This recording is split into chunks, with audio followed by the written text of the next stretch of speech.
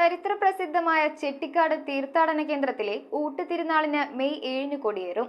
കണ്ണൂർ രൂപതാ മെത്രാൻ doctor Alex Vadakkumthala പിതാവാണ് കൊടിയേറ്റ് കർമ്മം നിർവഹിക്കുന്നത്. മെയ് 14-ന് കോട്ടപ്പുറം രൂപതാ മെത്രാൻ ഡോക്ടർ അംബ്രോസ് പുത്തൻവീട്ടിൽ നേർച്ച വിഭവങ്ങൾ ആശീർവദിക്കുന്നതോടെ ഊട്ടുതിരുനാളിന് തുടക്കമാകും.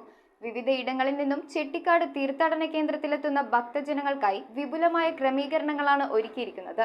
കിഴക്കിന്റെ പാതുവ എന്നറിയപ്പെടുന്ന ചെട്ടിക്കാട് വിശുദ്ധ അന്തോണീസിന്റെ തീർത്ഥാടന കേന്ദ്രത്തിൽ മെയ് 14-ന് നടക്കുന്ന ചരിത്രപ്രസിദ്ധമായ ഊട്ടുതിരുനാളിന് മെയ് 7-ന് കൊടികയറും. കണ്ണൂർ രൂപതാ മെത്രാൻ right reverend doctor Alex Vadakkumthala പിതാവ് കൊടിയേറ്റ് കർമ്മം നിർവഹിക്കും. തുടർന്ന് അഭിവന്ദ്യ പിതാവിന്റെ മുഖ്യ കാർമ്മികത്വത്തിൽ ദിവ്യബലി, വചനപ്രഘോഷണം, നൊവേന, ആരാധന എന്നിവയും ഉണ്ടാകും. മെയ് 11-ന് ദിവ്യബലിക്ക് ഇടവകയിലെ വൈദികർ കാർമ്മികരാകും. 12-ന് അഭിവന്ദ്യ പിതാവിന്റെ മുഖ്യ കാർമ്മികത്വത്തിൽ നടക്കുന്ന ദിവ്യബലിയിൽ ഫാദർ സണ്ണി പുന്നേലിപ്പറമ്പിൽ വചന സന്ദേശം നൽകും. 13-ന് നടക്കുന്ന ദിവ്യബലിയിൽ right reverend doctor Joseph Karikkassery മുഖ്യ കാർമ്മികനാകും. മെയ് 14-ന് കോട്ടപ്പുറം രൂപതാ മെത്രാൻ right reverend doctor Ambrose Puthenveettil ഊട്ടുനേർച്ച ആശീർവദിക്കുന്നതോടെയാണ് ഊട്ടുതിരുനാളിന് തുടക്കമാകുന്നത്. വിവിധ ഇടങ്ങളിൽ നിന്നും ചെട്ടിക്കാട് തീർത്ഥാടന കേന്ദ്രത്തിലേക്ക് എത്തുന്ന ഭക്തജനങ്ങൾക്കായി വിപുലമായ ക്രമീകരണങ്ങളാണ് ഒരുക്കിയിരിക്കുന്നതെന്ന് rector father doctor Benny Vazhakkoottathil, father Ajay Antony Puthenparambil, sister Binsy, Francis Kuruppassery, Beenan Thanippilly, Antony Kallarakkal, Joshy Padamattummal,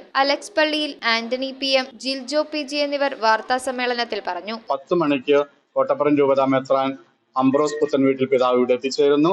10:15-ന് അദ്ദേഹം ഊട്ടുസദ്യ ആശീർവദിക്കുന്നു. അതിനോടനുബന്ധിച്ച് നിങ്ങൾക്കറിയാം, ഇത് സൗഖ്യദായകമായിട്ടുള്ള ആഘോഷമായ ഊട്ടു തിരുനാളെന്ന് അറിയപ്പെടുന്ന ഒരു തിരുനാളാണ്.